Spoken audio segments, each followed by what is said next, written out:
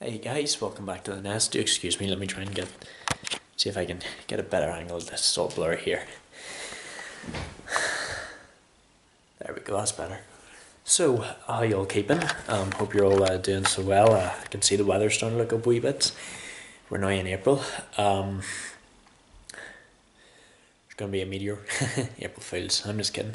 1st of April today. Tonight's film that I'm going to be talking about is The Birds. And it is a horror film from 1963. There's still some movies from 1963. I have to review this one and one more. You guys don't know what it is yet, but remember, we're keeping it a secret. This is another Alfred Hitchcock movie. I gotta say, this one was a great movie. It wasn't as good as Psycho though, and I'll tell you why in a wee minute. Because Psycho had a bit of an explanation in the ending, but anyway, this woman, Melanie Daniels, I believe she works in the bird store. Yeah, I believe she works in a bird store. I forget the bird she's looking for. I think it was a mouse bird or something, but they don't seem to have it. I don't know why. None of our pet stores have any like mouse birds or I remember whenever I was younger, I used to see like wee parrots in the pet shop and everything. I don't know where you can get parrots now. They're a great wee pet to have. If I had a parrot, I would just teach it to swear all day. Be cool. However, this guy comes in actually looking for lovebirds for his sister's birthday. His name is Mitch. I'll tell you who this guy was who played him, Rod Taylor. Do you remember we watched the beloved Disney class? Is this radio on?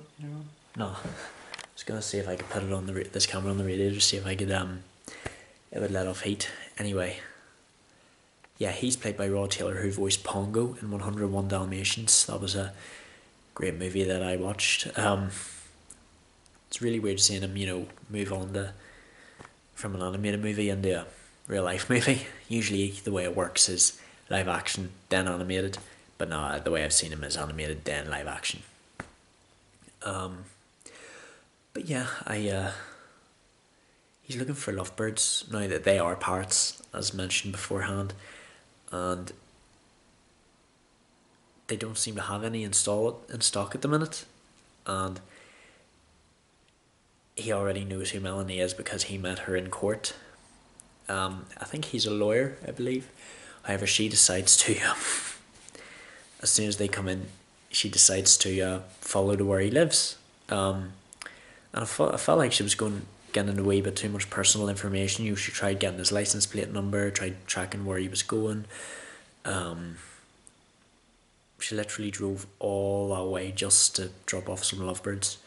I remember when she was walking through, I believe it was in New York, she saw all the flock of seagulls flying, and it was an ominous indicator of what is to come. While she is bringing the lovebirds over, she comes back on the boat. That would be a long, treacherous journey. She gets slapped in the face by a seagull and she ends up bleeding on her forehead. Nobody seems to know why this is happening. While they're having the party, all the seagulls start flying. I gotta say, before I carry on, his younger sister, Kathy, I believe, Mitch's sister is called, he's a lot more older than Kathy is. So I keep on thinking, like, he seems more of the dad than, just because he looks way older than Kathy. He seems like the dad to me, while the mother's the grandmother, and she's the daughter, if that makes sense. But nah, it just confuses me. All the seagulls fly down and start attacking all the children, which I think was a bit weird, like everyone else in the film thinks is weird. All the seagulls start flying towards them, and then some guy whose chickens were acting odd. We find out his dead body is lying in the bathroom with a seagull slamming through the glass window. The seagull has died because of that, but his eyes have been gouged out. That's pretty much the only horrific scene during the movie. Then the crows all start. They literally traumatise the children in the school. I tell you what, see if I saw a big flock of crows just staring at me with their big beady eyes, getting ready to attack, because I already know that crows are kind of omnivorous. They will feast off carrion. Like, I heard somewhere that, like, if they come across the carcass of a dead sheep, they will start feasting off of it. Crows are actually really intelligent birds. Like I know that they use like these sticks to like pierce into the logs to get like grubs out. Very intelligent animals. Um, in the teacher gets killed, and I forget her name, but it just shows how much damage that these birds can do. Like they literally like cut the children's heads. They don't leave them be. You know, they sit waiting. People believe that that Mel is the cause for the birds going crazy, because ever since she came into town, bad things have been happening. You can't just blame one person, all because they're happening, all because strange things are happening. I really like the old lady who has great knowledge of all the birds, you know, saying the crows are perching birds. I have a bit of a confession to make. I like animals, they fascinate me, but I don't really know a huge amount about birds. I think the reason why is because they're the creatures that you see the most, and I'm just sick and tired of seeing them. Like I see blackbirds, crows, you know, robins every single day, and it's probably the passive forms like the perching birds, as mentioned before, that I dislike the most. Because they're an everyday thing. They're most of the birds species that are perching birds in the world. Um, I will say I do like pigeons. You know, I do know pigeons aren't perching birds, and neither are seagulls. But yeah, it's mostly seagulls that are going crazy. Like they cause a gasoline fire whenever someone's lighting a cigarette. Um, they start bashing through the chimney. They fly through and attack everyone. Mel gets badly attacked, and she was literally traumatized. She was too scared to go out. And no, no, no, no. I would. I wouldn't be stuck alone in a room with millions of birds and they all start clawing at me and pecking me and everything. It'd be scary, terrifying. Um, Kathy asks if they can bring the lovebirds. They've done no harm, but can they? Because I remember they did go crazy at one scene. You know, I heard them tweeting like mad, but they haven't really done anything yet. Whenever they get all four of them, Lydia, Mitch, Kathy, and Mel, they all drive off into the distance with the birchen birds just staring into the horizon. And that's the thing I was disappointed with the most, the ending, because I don't know why the birds are getting on like this, and there's no explanation for it. I don't know what's going to happen to the characters. Are the seagulls and crows going to come after them? Are the lovebirds going to start attacking them in the car? Do they make it to safety? Do they find out what happens? That's something that people don't know, why the birds started acting violent.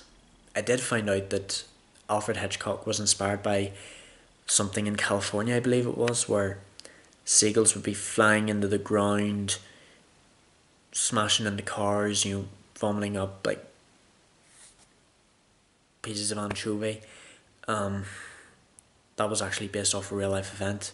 This was not known in the 1960s, but the reason why the seagulls were getting on like this was toxic algae. I don't know, did the toxins like have a chemical in them that made them, you know, go crazy? That mess with their heads? We'll never know, but that could probably be what happened in the movie, or maybe there was just an unknown curse. I guess it's just one of those things where you can't really explain the supernatural. You know what I mean?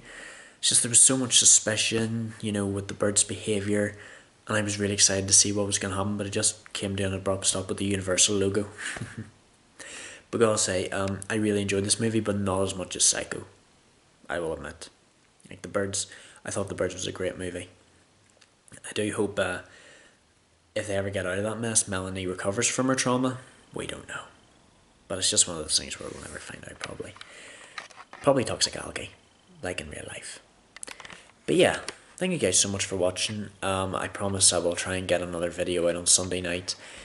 You still don't know what it is yet, but it'll be a surprise. I'm still really excited to see where this channel is taking us. Don't forget to like and subscribe. I really like how so many of you are coming to watch this video, seeing what I'm putting out here. Do take care of yourselves. I'm really looking forward to one more movies I'm going to be watching. Tell you there's going to be more exciting stuff in the way. Maybe whenever we get to 1980, I don't know. But yeah, just at this minute, I did promise you whenever I got to the 1960s there would be more stuff for you guys to watch that you're more familiar with. But very soon, you guys are going to be loving this content. Thank you all so much for watching. Take care of yourselves. Don't forget to like, leave a comment, say what you would like to see next. Subscribe, and I shall see you guys in the next video. Love you all to death.